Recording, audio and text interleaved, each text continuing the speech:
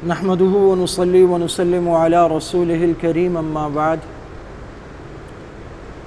अल्लाह सुब्हानहु व तक़द्दस का फ़ज़ल और एहसान है कि अल्लाह ताला की मेहरबानी से हम सब अल्लाह के घर में निकाह मसनूना की तक़रीब में शरीक हैं।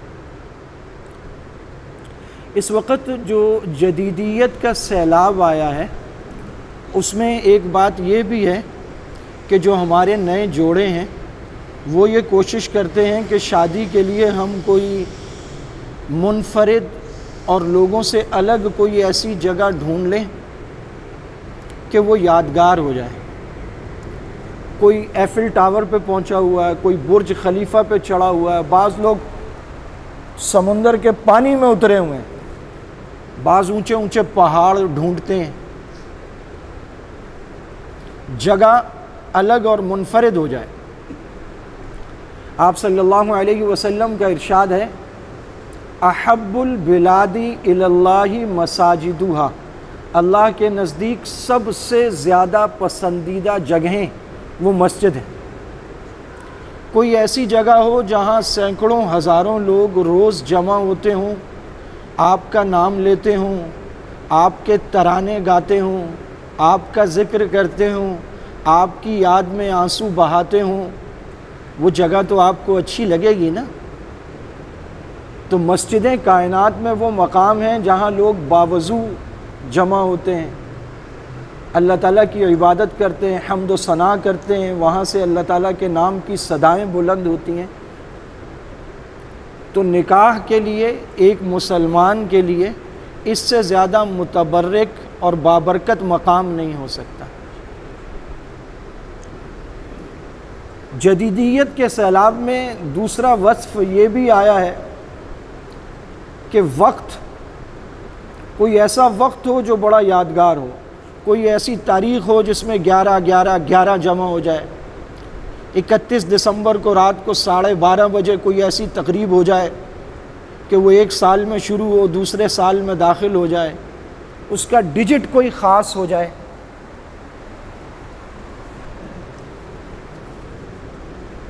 इमाम शाफ़ी रहमहुल्लाह फरमाते हैं कि हमें ये बात पहुंची है, जब किसी इमाम का नाम लेकर ये कहा जाए कि वो ये बात कह रहे हैं, एक है एक आम आदमी, एक है वो शख्स। इमाम शाफ़ी रहमहुल्लाह के बारे में मशहूर है, रमज़ानुल मुबारक में 61 कुरान करीम पढ़ा करते थे, एक दिन का, एक रात का, एक तरावी का, 61 कुरान करीम रमज़ानुल मुबारक में। इमाम शाफ़ी रहमहुल्लाह चारों आइम्मा में वो इमाम हैं, हदीस के अल्फाज के सबसे ज़्यादा करीब मसलक इमाम शाफ़ी का है। तो जब ऐसा इमाम ये बात कहे तो इसका मतलब है कि वो निचोड़ है कुरान और हदीस का और उलमा के तजर्बों का और सहाबा के अक़वाल का। वो कहते हैं हमें ये बात पहुंची है कि 5 रातों में दुआएं कबूल होती हैं, लैलतुल क़द्र में, शाबान की 15वीं रात में, दोनों चांद रातों में और शब जुमा में। ये मुबारक रातों में अगर कोई शख्स, हर शख्स अपने वक्त मुकर्ररा पर दुनिया से जाता है, अगर उसे शब जुमा नसीब हो जाए तो उसके बारे में बहुत सी फजीलतें हदीस में आई हैं। तो एक मुसलमान के लिए ये बरकत वाली रात है जिसके बारे में कहा गया कि दुआएं कबूल होती हैं, शब जुमा है।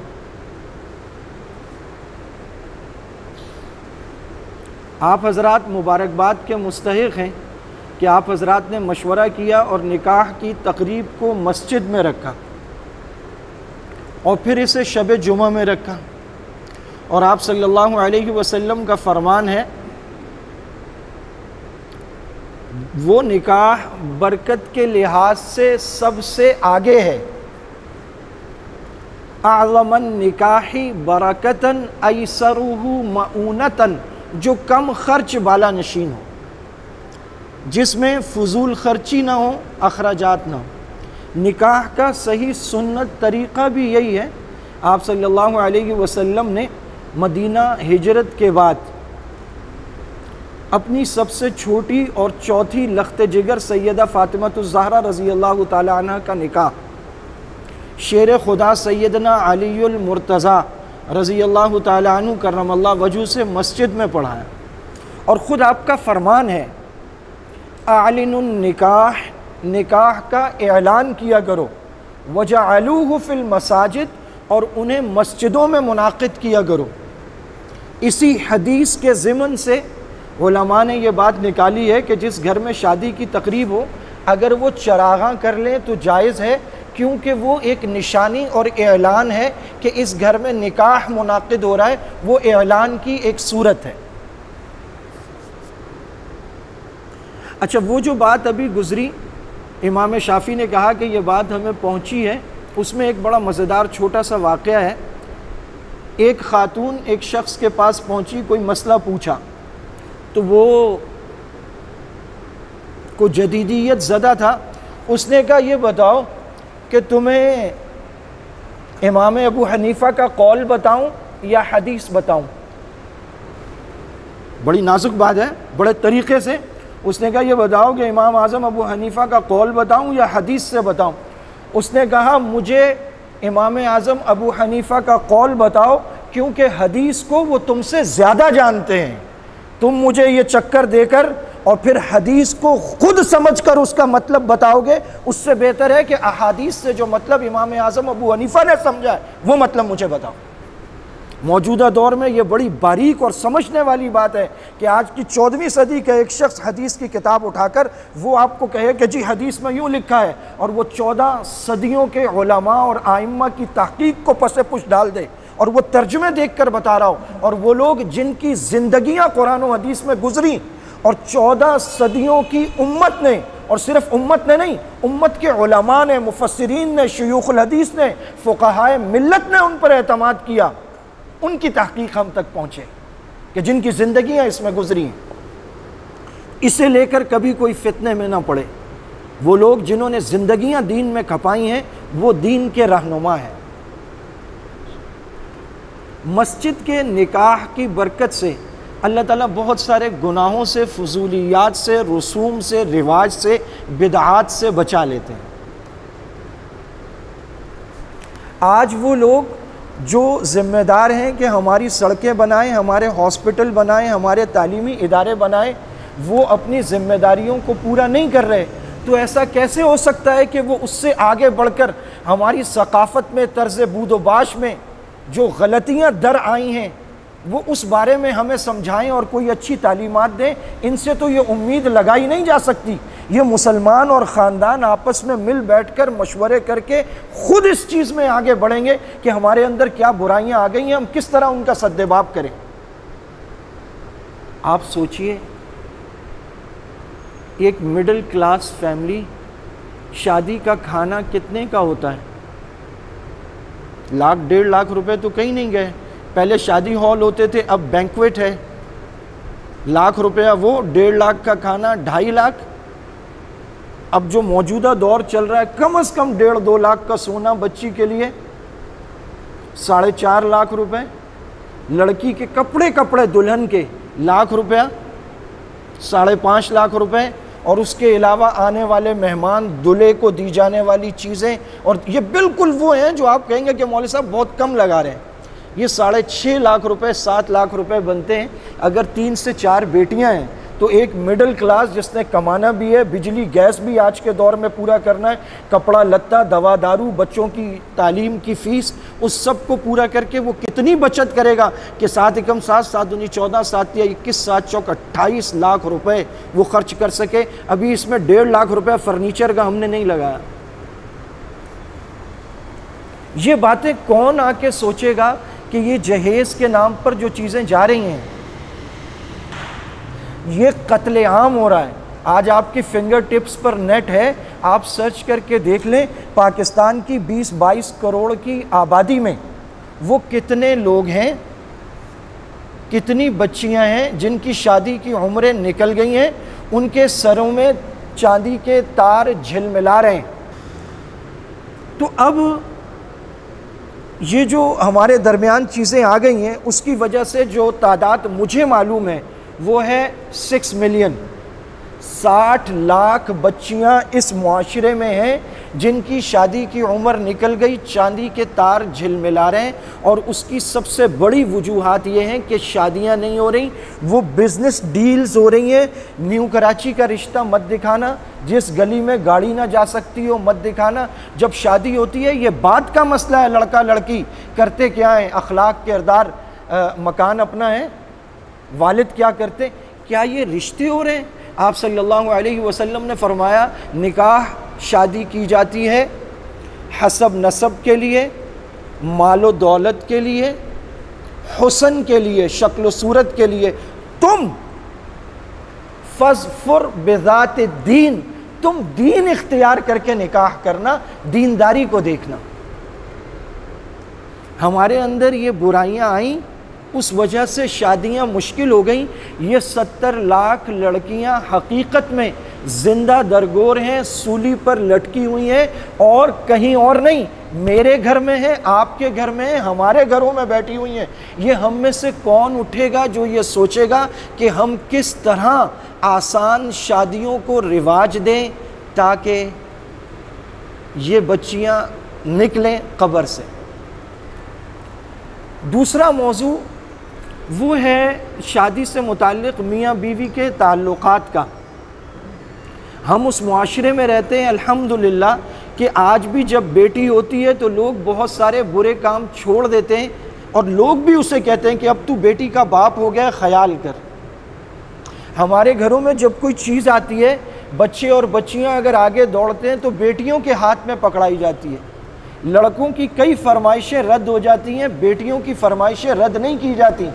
अगर बेटा ये कहे कि मुझे बहन ने मारा है तो मुस्कुरा देते हैं, हल्का सा डांट देते हैं, लेकिन अगर बेटी ये कह दे कि मुझे भाई ने मारा है तो लाल पीले हो जाते हैं, उसे कहते हैं बहन पे कोई हाथ उठाता है।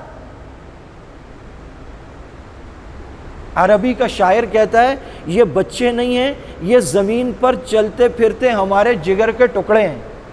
अगर बेटी का ससुराल से फ़ोन आए और माँ को लगे कि बच्ची की टून नॉर्मल नहीं है, तो अगले दिन दोनों माँ बाप पहुँच जाते हैं और छिपी छिपी हंसी में कह रहे हो तो बस गुजर रहे थे तो सोचा आ जाएं, बेटी से भी मिल लेंगे, आपसे भी मिल लेंगे। माँ को नींद नहीं आती कि मेरी बेटी के चेहरे पर वो रंग नहीं है, पता नहीं शायद वो परेशान ना हो वहाँ पर। बेटी की शादी होती है, इसमें कोई शक नहीं है कि एक बड़ी ज़िम्मेदारी से इंसान एक बड़े फ़र्ज से सुबकदोश होता है, लेकिन हकीकत में जब रुखसती हो जाती है, आप उस घर को देखें जहाँ से बेटी रुखसत होती है, यकीन करें उसका समा बहुत उदासी वाला होता है। उस घर की तो जन्नत और शहज़ादी चली जाती है। और ये हज़रत थानवी ने लिखा है, लड़कों सोचो अगर तुम्हें अपना घर बार, बहन भाई, वालिदैन सब छोड़ के नई जगह जाना पड़े तो क्या तुम कर पाओगे?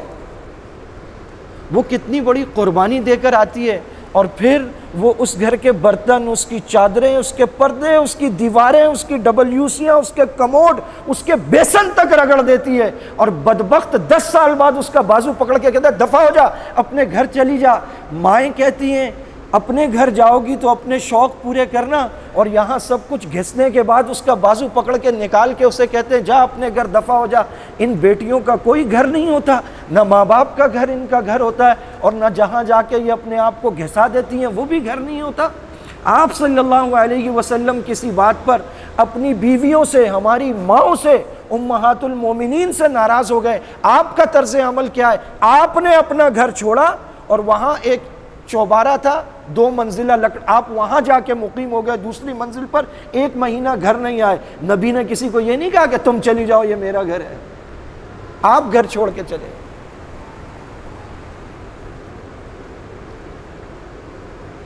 हम रिवायात के अमीन लोग हैं। सलाहुद्दीन अय्यूबी रहमतुल्लाह अलैह जो जुनूनी और पागल थे, बैतुल मक़दस दोबारा हासिल करने के लिए फ़ातिमी खिलाफत को मिस्र में ख़त्म किया, पूरी उनकी वो सल्तनत फतह कर ली। जो रुकावट थी यहूदियों ईसाइयों तक पहुंचने में, बैठ गए, महल में दाखिल नहीं हो रहे। 7 दिन कमांडर कह रहे हैं हजरत एक महल रह गया, कुछ नहीं है अंदर। और 4000 लड़कियां बादशाह ने अपने हरम में रखी हुई थी। उन्होंने कहा अंदर से इत्तला है बादशाह बिस्तरे मर्ग पर है, अब जाता है कि तब जाता है, और उसे यह इत्तला नहीं है कि उसकी सल्तनत उसके हाथ से छिन चुकी है, उसे उसके तमतराक के साथ मरने दो। इस आखिरी वक्त में उसे यह ना हो कि मेरी सल्तनत गई, उसे बादशाह की हैसियत से मरने दो, खबर आएगी घुस जाएंगे। ये घर की मलिका है, कभी उसके ऑनर का एहतराम नहीं किया कि इसने अपनी जिंदगी तज दी है हमारे लिए। कुरान करीम में अल्लाह ताला सिफारिश करते हैं वआशिरूहुन्ना बिल मारूफ, इनको अच्छे से रखो। हज़रत थानवी फरमाते हैं अगर कोई दुनिया का वज़ीर तुमसे सिफारिश करे तो उसकी सिफारिश का लिहाज रखते हो, अल्लाह ताला तुमसे सिफारिश कर रहे हैं, इनको अच्छे से रखो। अल्लाह की सिफारिश और अल्लाह के हुक्म का लिहाज नहीं रखते, तुम कैसे लोग हो?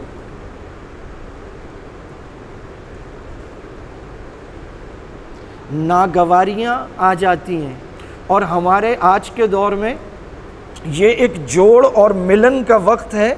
ऐसे वक्त पर बाज़ बातें बदशगुनी मानी जाती हैं, नहीं करनी चाहिए, लेकिन इस वक्त समझाना ज़रूरी है नई नस्ल को। 2018 या 19 में हमारे कराची के अलहदगी के अदालतों में रजिस्टर्ड केसेस 45,000 हैं। आज हमारे जो घर टूट रहे हैं उसकी वजह जहालत नहीं है, कम इल्मी नहीं है, हमारी तालीम और हमारी समझदारी हमारे घर तोड़ रही है। हमारे बच्चे समझते हैं हम इतने समझदार हैं, हमें किसी बड़े से पूछने और मशवरा करने की कोई ज़रूरत ही नहीं है। वो जिन्होंने पैदा किए, वो जिन्होंने पाले पोसे, वो जिन्होंने जवान करके ब्याह दिए, अगर उनको नहीं पता मियाँ तो फिर तुम्हें क्या पता है। मोहब्बत के साथ, सब्र और बर्दाश्त के साथ।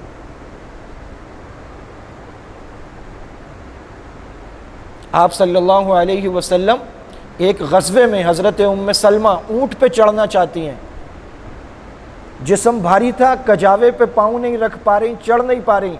इमामुल अंबिया, सैयदुल अंबिया, खातमुल अंबिया आगे बढ़े और यूं अपना घुटना रखा, हदीस में है, और ज़ौजा मोहतरमा हमारी माँ ने उनके यहाँ रान पर पाँव रखा और फिर कजावे पे चढ़ी।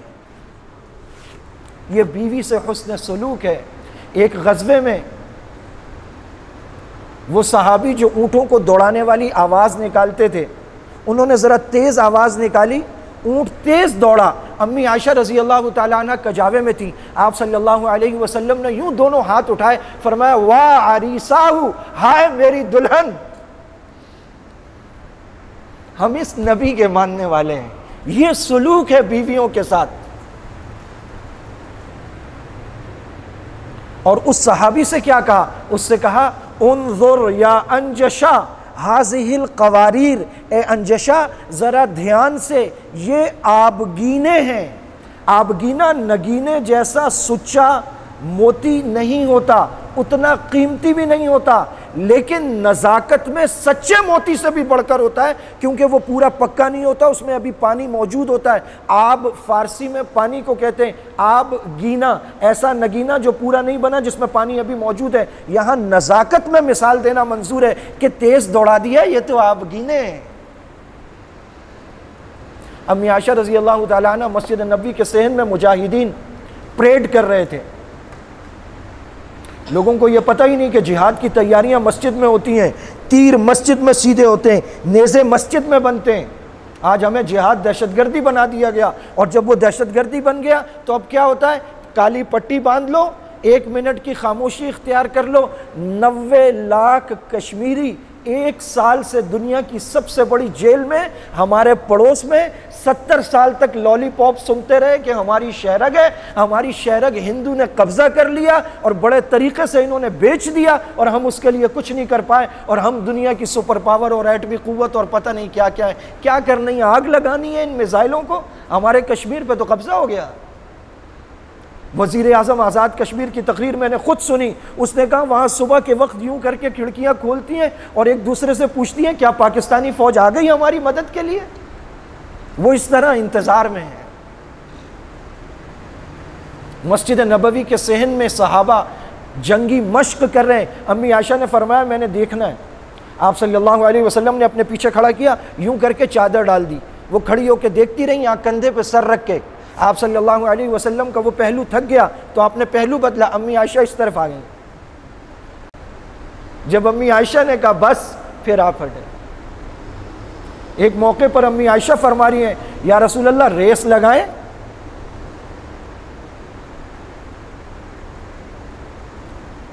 हम होते नाउजुबिल्ला, अब हजरत मुफ्ती साहब दौड़ेंगे, अब हाजी साहब रेस लगाएंगे। आप सल्लल्लाहु अलैहि वसल्लम ने रेस लगाई। आप सल्लल्लाहु अलैहि वसल्लम जीत गए। फिर एक मौका आया, दोबारा अम्मी आयशा ने कहा, तो आप सल्लल्लाहु अलैहि वसल्लम का जिस्म भारी हो गया था, तो आप पीछे रह गए रेस में। तो अम्मी आयशा ने फरमाया कि मैं जीत गई। आपने फरमाया हाँ, ये उसका बराबर हो गया। ये वो अखलाक हैं, नबवी अखलाक के साथ घर चलते हैं, सब्र और बर्दाश्त के साथ चलते हैं। घरों में सारा दिन गाने और म्यूज़िक चलेंगे तो नहुसत होगी ना। जब नया घर बनता है तो कहते हैं आ जाएं, उसमें कुरान खानी कर लें। क्यों? कि वो मुबारक अल्फाज पढ़े जाएंगे तो उनसे बरकत होगी। तो अगर मनहूस अल्फाज सारा दिन घर की दीवारें सुनेगी तो नहुसत भी तो होगी ना। अपने घरों को पाकीज़ा बनाएं। ऐसे भी घराने अब हो गए, क्योंकि बुज़ुर्ग चले गए, बुज़ुर्ग ख़वातीन चली गई, जहाँ फजर में कोई भी नहीं उठता, कोई नमाज नहीं पढ़ता, पूरा पूरा दिन गुजर जाता, कोई कुरान ही नहीं खोलता घर में। फिर वजीफ़े और तावीज़ों के पीछे भागते हैं। सबसे बड़ा तावीज़ वो तो नमाज है, और सबसे बड़ा पीर घर में माँ और बाप की शक्ल में बैठा हुआ है। कायनात में कोई एक पीर ला दें जिसके बारे में यह कहा गया हो कि फ़लाँ पीर को देखने से मकबूल हज और उम्रे का सवाब मिलता। मकबूल, मकबूल जो कबूल हो चुका। अपने वालिदैन को मोहब्बत की नज़र से कोई देखे, मकबूल हज और उम्रे का सवाब मिलता है। एक साहबी ने कहा या रसूलल्लाह कोई 100 दफ़ा देखे? फरमाया अल्लाह के ख़जानों में कोई कमी थोड़ी है, 100 दफ़ा देखे। तो पहली बात हो गई मस्जिद में निकाह की। दूसरी बात हो गई वो रसूमात जो दर आई हैं, हम ख़ानदान आपस में मिल के मशवरे करके कोशिश करके उनको कम करें। तीसरी बात हो गई मियाँ बीवी के आपस के ताल्लुक़ की, कि वो मोहब्बत वाला ताल्लुक़ हो। एक बुज़ुर्ग का वाक़या मशहूर है। वो आते थे तो घर के करीब एक दरख्त था, वहाँ खड़े होकर यूँ करके सर से कोई चीज़ उतार के दरख्त पे रख देते थे। जब अगले दिन जा रहे होते थे तो वहाँ दरख्त के पास खड़े होकर कोई चीज़ उठाते थे और यूँ करके सर पे रख के चले जाते। किसी ने पूछा ये आप क्या करते हैं? फरमाया बाहर बाज़ार की, कारोबार की, तिजारत की, दुनिया की सारी फ़िक्रें और बातें उतार के इस दरख्त पे रख देता हूँ, और एक शौहर बन के, एक बाप बन के, एक बेटा और एक भाई बन के घर जाता हूँ। और अगले दिन जब आता हूँ तो बाहर से आकर वो सारी जिम्मेदारियां, वो चीज़ें उठाकर यूं रखता हूं ताकि मुझे ये एहसास हो कि मैं घर जा रहा हूं, मैं घर से बाहर आ, और वो चीज़ें अब मैं उठा रहा हूं और सर पे लेके जाता हूं। हमारे दौर में तो बहुत आसान हो गया ना कि आपने वो वाली सारी फाइल्स एक फ़ोल्डर में की और वो फ़ोल्डर साइड पे किया और घर वाला फ़ोल्डर खोला और आप चले गए। अगर आप घर में भी मुफ्ती साहब, हाजी साहब, इंस्पेक्टर साहब बने रहेंगे तो घर तो ऐसे नहीं चलते। आप सल्लल्लाहु अलैहि वसल्लम की सीरत में ये बात लिखी है, आप सब ने पढ़ी है कि आप बच्चों से बहुत मोहब्बत करते थे और बच्चे आपसे मोहब्बत करते थे। जब आप मस्जिद से निकलते या कहीं जा रहे होते तो बच्चे अपना खेल छोड़कर आपके इर्द गिर्द जमा हो जाते हैं। आप ज़रा गौर कीजिएगा, बच्चे अपना खेल वेल नहीं छोड़ते, इतने मस्त होते हैं अपने खेल में। हाँ, अगर ये आवाज़ लगे कि टॉफ़ियाँ आ गई, चॉकलेट्स आ गई, फ्रूट आ गया, खिलो, तो बच्चे उसकी तरफ दौड़ेंगे। यानी उनके खेल से भी ज़्यादा महबूब कोई चीज़ आप सल्लल्लाहु अलैहि वसल्लम इतनी मोहब्बत करते थे कि बच्चों को अपने खेल से भी ज़्यादा महबूब थे। बच्चे आकर आपसे सिफारिशें करवाते थे अपने वालिदैन को, बच्चे आकर कोई शिकायत होती थी आपको शिकायत करते थे। आप जब मदीना तैयबा में सफ़र से वापस आते 27 मरतबा तो सिर्फ आप जिहाद के लिए निकले, गज़वात के लिए, तो जो पहला बच्चा मिलता आपकी आदत थी आप उसको लेकर अपनी सवारी पे आगे बैठा लेते। अगर कोई घर में दाखिल होता है और घर वाले सहम जाते हैं और डर जाते हैं तो ये कोई अच्छी बात नहीं है। और अगर लोगों के चेहरों पे, सबके चेहरों पे मुस्कुराहट आ जाती है, खिल जाते हैं, तो इसका मतलब है ये आदमी ठीक। खुलासा आप सल्लल्लाहु अलैहि वसल्लम ने फरमाया खैरुकुम खैरुकुम लिअहलिही, तुम में सबसे अच्छा वो है जो अपने घर वालों के साथ अच्छा है। जिनके लिए हम शेर के मुंह में हाथ डाल के निवाला निकाल के लाते हैं, घर आके उन्हीं से बदकलामी करते हैं, उन्हीं से लड़ते हैं, ये भी भला कोई बात है? अल्लाह ताला नबवी अखलाक आता फरमाए। और ये मशहूर ज़माना हदीस है, आपने फरमाया तेरे चेहरे पे मुस्कुराहट तेरे भाई के लिए, इब्तिसामु का अला वजही का ली अखी का सदाकतुन, ये सदका है। सहाबा फरमाते हैं हम जब भी आप सल्लल्लाहु अलैहि वसल्लम से मिलते आप हमें मुस्कुराते हुए बशाश चेहरे के साथ मिलते थे।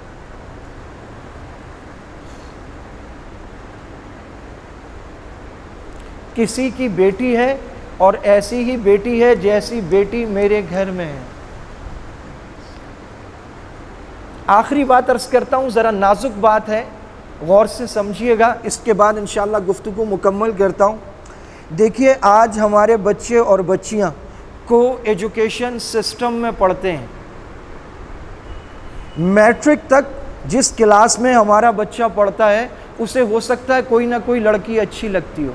हमारी बेटी को कोई लड़का अपने अखलाक, अपने किरदार, अपनी सहानत, अपनी शक्ल सूरत, अपनी पढ़ाई की वजह से अच्छा लगता हो। उसने हमारी इज्जत रखी, हमारा मान रखा, उसने उस लड़के से बात नहीं की, लड़के ने लड़की से नहीं की, दीन के ख़िलाफ़ नहीं गए, ख़ानदान की इज़्ज़त को बट्टा नहीं लगाया, लेकिन दिल में तो एक जगह किसी ने बनाई ना। फिर कॉलेज में ये वक्त आता है, फिर यूनिवर्सिटी में आता है, फिर प्रैक्टिकल लाइफ में आता है। जब तक शौहर सामने आता है उस वक़्त तक 3-4 आइडियल वो दिल से या दिमाग से होके निकल चुके होते हैं। अपने बच्चों की शादियां जल्दी कीजिए, ये इस्लामी तालीमात हैं। मशहूर है, हर आदमी को मालूम है कि बच्चा पैदा हो उसका नाम रखो, किसी का इंतकाल हो जाए जल्दी तदफीन करो, और लड़का लड़की बालिग हो जाए जिस कदर जल्द मुमकिन हो निकाह कर लो। बेटा मैं तुम्हारी शादी का खर्चा नहीं उठा सकता, मेरे हालात नहीं हैं, लेकिन मस्जिद में जाकर सादगी से निकाह में कर दूंगा। वो बच्ची घर में आ जाएगी, जिस तरह 2 रोटी मैं खाता हूँ तुम खाते हो, वो हमारी बेटी है 2 रोटियाँ वो खाएगी। बाकी जो तुम्हारी ख्वाहिशात है मेहनत करो, अल्लाह ताला तुम्हें बरकत दे, मेरी दुआएं तुम्हारे साथ हैं। घर का ये एक कमरा ले लो, मैं ऊपर बना देता हूँ। लड़के आके कहते हैं मुफ्ती साहब आजकल की नई नस्ल भी बड़ी तेज़ है, मेरे अब्बू मेरी शादी नहीं कर रहे हैं। मैंने कई दफ़ा कहा है अगर मैं कोई गुनाह करूँगा तो क्या मेरे अब्बू गुनाहगार होंगे?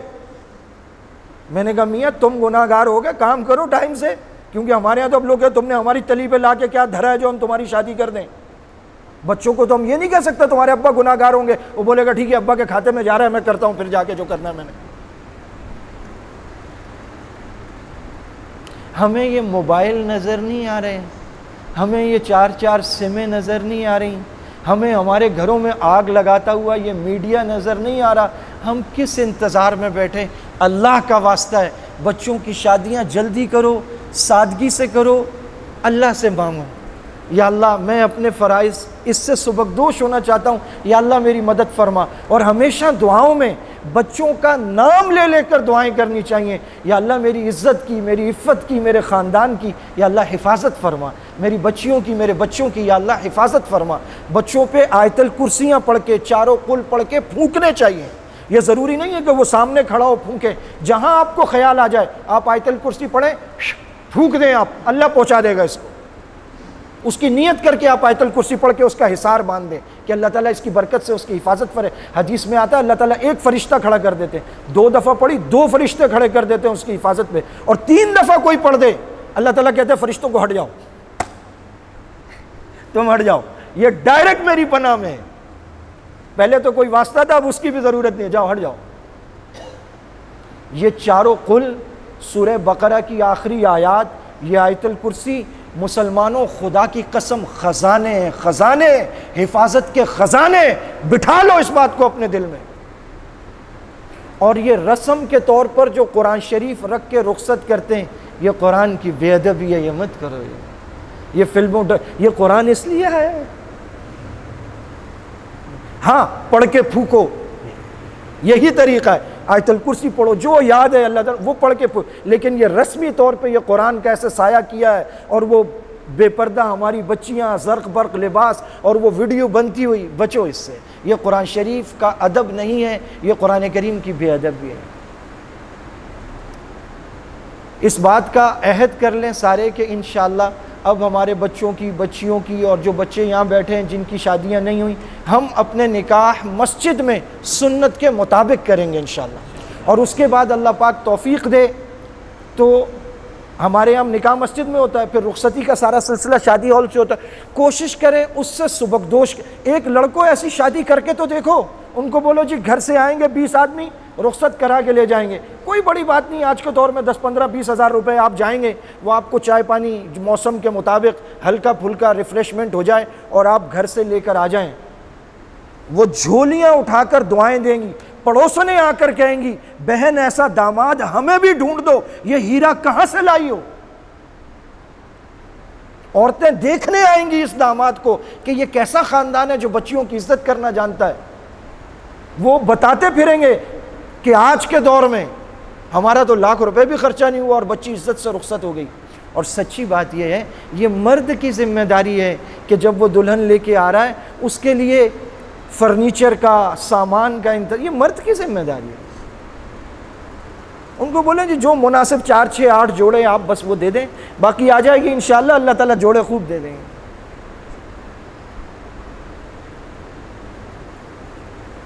ये वीडियो रिकॉर्डिंग ना होती तो मैं कुछ आपको अपने वाक़यात सुनाता।